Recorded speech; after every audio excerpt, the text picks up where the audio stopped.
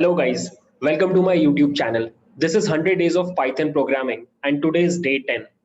आज हम लोग strings पढ़ने वाले हैं. So string, as you already know, is a data type जो आपको almost हर programming language में मिलेगा, especially उन programming languages में जो application programming languages होते हैं, जैसे कि Java या फिर Python या फिर C++, जिन languages को use करके आप applications बनाते हो, websites, mobile apps, software apps, desktop apps, games, इन सारे प्रोग्रामिंग लैंग्वेजेस में string as a data type होता ही होता है, क्योंकि आपको अपने एप्लीकेशन के थ्रू यूजर से बात करनी होती है और यूजर से बात करने के लिए आपको स्ट्रिंग्स की जरूरत पड़ती है. ठीक है.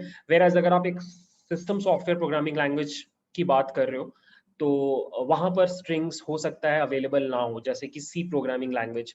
सिंस सी प्रोग्रामिंग लैंग्वेज का काम है सिस्टम सॉफ्टवेयर बनाना, ऐसा सॉफ्टवेयर जो हार्डवेयर से बात करता है ना कि यूजर से. दैट इज वाई आज तक सी प्रोग्रामिंग में strings as a data type exist नहीं करते. कैरेक्टर्स हैं बट स्ट्रिंग्स नहीं है. ठीक है. सो Python, since it is an application programming language, इससे आप एप्लीकेशंस बनाते हो जो यूजर से बात करते हैं.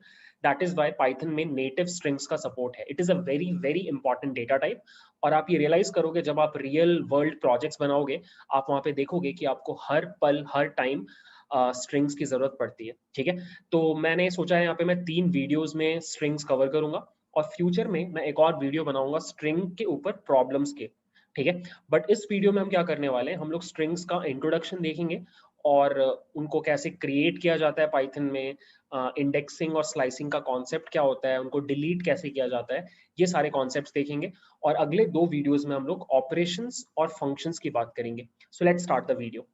सो सबसे पहले एक सिंपल डेफिनेशन दे देते हैं स्ट्रिंग्स का.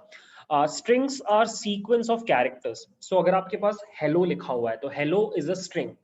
बट हेलो है क्या? It is a string of characters. HELLO, ये सारी चीजें क्या हैं? कैरेक्टर्स हैं. तो जब आप कैरेक्टर्स को सीक्वेंशली लिखते हो तो वो स्ट्रिंग बन जाता है. ठीक है.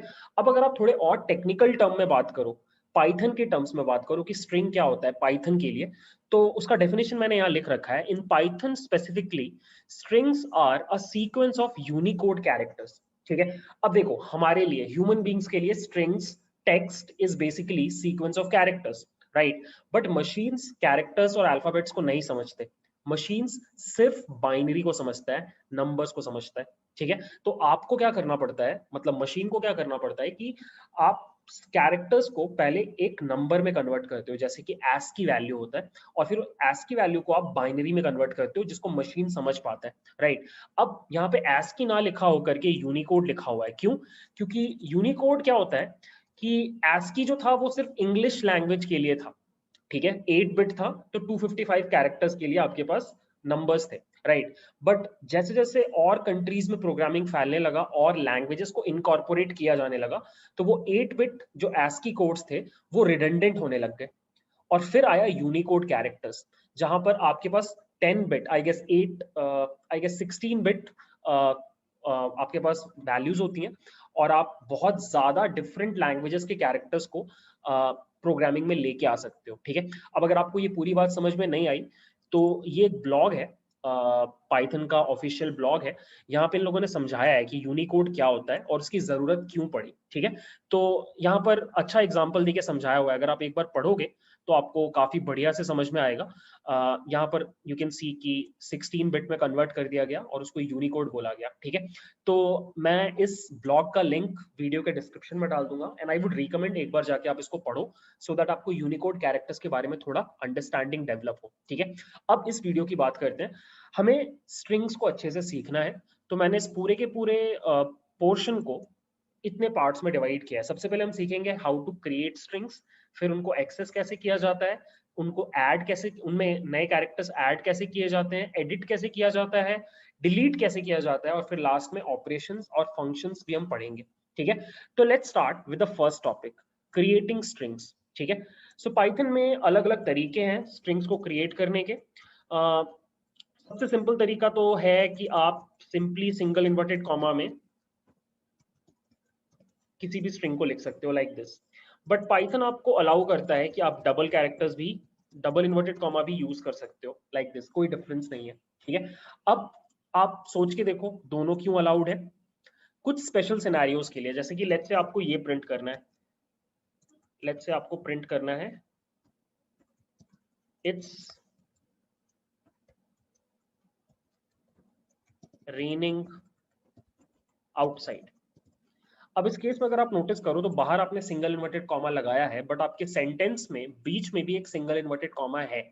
अब इस केस में क्या होगा कि आपका पाइथन का कोड कंफ्यूज हो जाएगा कि स्ट्रिंग शुरू कहां से हुआ और खत्म कहां पे हो रहा है, और वो एक सिंटैक्स एरर थ्रो करेगा, राइट। अब इस केस में आप इस एरर से बचने के लिए बाहर डबल इन्वर्टेड कॉमास लगा सकते हो।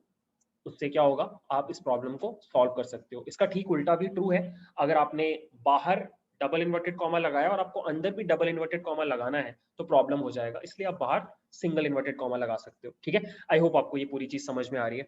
द गुड पार्ट इज कि आप ट्रिपल इन्वर्टेड कॉमास भी यूज करते हो पाइथन में। I will show you, this is also allowed.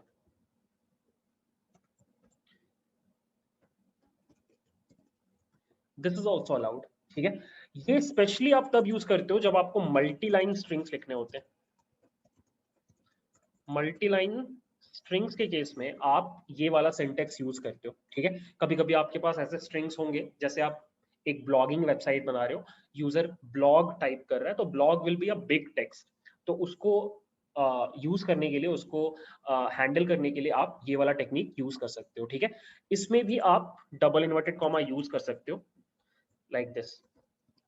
This is also allowed, ठीक है। एक और तरीका जो मैं आपको बता रहा हूं वो है टाइप कन्वर्जन।